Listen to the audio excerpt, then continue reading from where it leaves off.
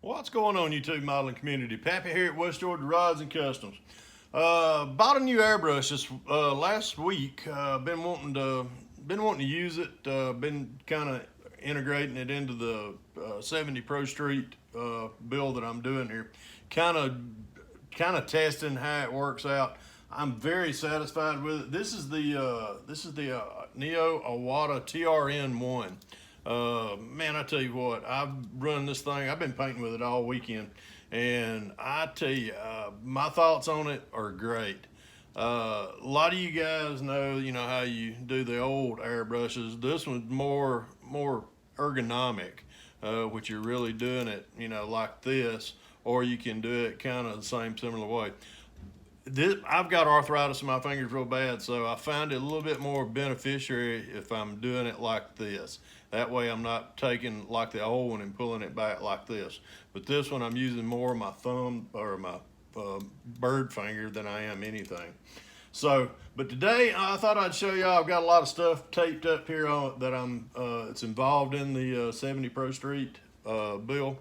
This is the build that I'm building as part of the Hot Rod Drag Week group build hosted by Taylor Brown over at Two Tiles Mulligar Garage.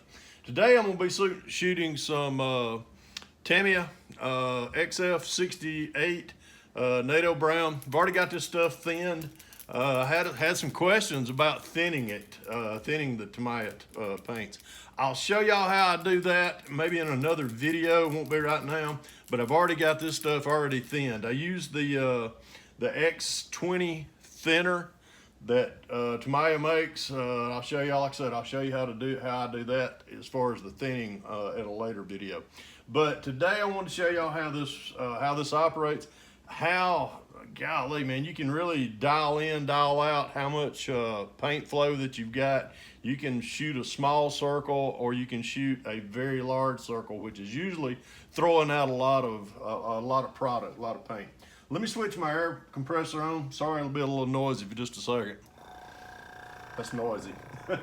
I'm going to be shooting this stuff at about, let me see what I got it set at right now. I want to say about 15 psi. So let me get this airbrush loaded up. A lot of you guys remember when you start to shoot, just shake it up, get it good, and get that mixture just right.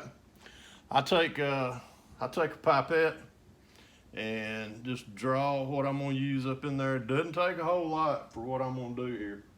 Then I just load the airbrush up a little bit. I put maybe just one. Close that up because I am a klutz. And I will knock that over some way, somehow. Let's start off on a seat. First thing I'm gonna do, see what I've got it. See how I've got it. Ooh, that's a lot. All right, see how much came out right there? Let's dial this thing back. That's what this adjustment is back here.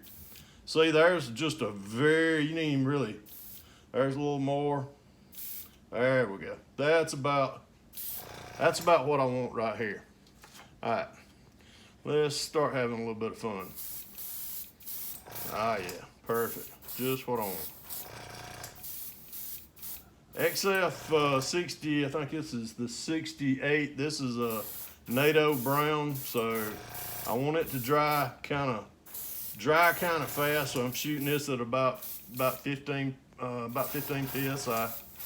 See how quick that covers up? But I don't want a lot of run. I don't even want any runs at all.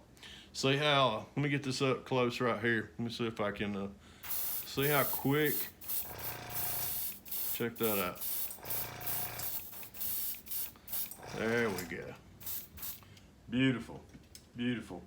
Papa Dan just bought him one, so Papa Dan, when you watch this, money well spent, buddy. Money well spent.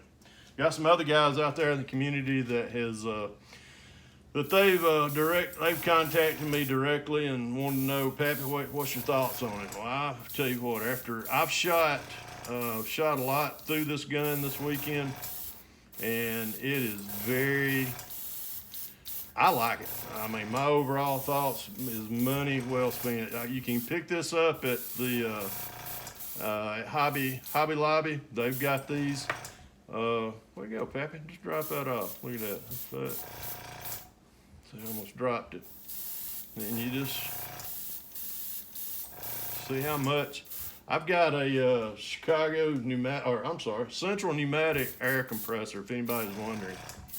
But that's that, and it's a great. I picked this compressor up at Harbor Freight. Man, I tell you what, it's a workhorse. I really do, and it does good work. A lot of people say, "Oh, I got to have the Iwata, and I got to do this with it and do that."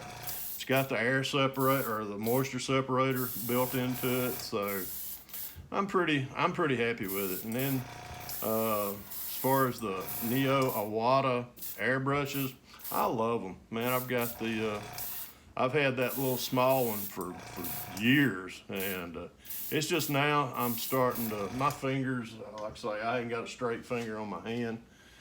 And I'm just, right now, I just decided, instead of buying a Grex or something like that, I'd just see what this one's all about. A lot of guys, I've tried to see, if there's a lot of tutorials on the internet about it, which I've found a few, but not really a whole lot out there. So thought I'd throw this out there, let you guys that have asked me, what do you think about it, Pappy?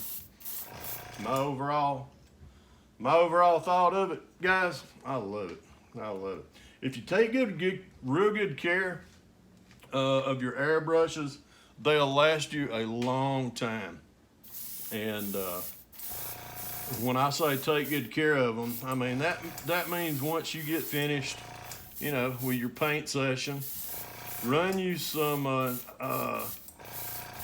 Just run you some, I don't say run straight lacquer thinner through it, but what I normally do is I'll just take I'll take a pipette and load it up with a little bit of the lacquer thinner, and I'll swish it around in the bowl, after I've done what painting that I'm gonna do. Once I swish it around in the bowl, I'll take it and dump it out. I won't run all that through there. Then I'll take and swish, get me a Q-tip and work it around in the bowl, get that as clean as I can. Then once I get it as clean as I can, that's when I might squirt maybe just a couple of squirts of just clear straight lacquer thinner through it, and then once I get done, once that's running through there, I immediately follow it up with some of the mixture that I use for the airbrushes. If anybody, if you don't know what I use, I've got it in one of my, I got it loaded up in one of my tutorials in my archives. So just kind of go through there, and it's just an airbrush cleaner. Another good source to find the airbrush cleaner mixture that I use, you can go to Gil at Red Dragon Model Works, and it's the same recipe that he uses for what he calls his Jesus juice. And man, I tell you what, I love that stuff. I try to, Gil is just a walking book of knowledge with airbrush. So I try to give praise where praise is due, and I tell you what, Gil's a hell of an artist with that airbrush. But look at see how smooth that is. It's a little glossy right now, but once this dries, it'll be just as smooth and just as flat as a baby's hind end.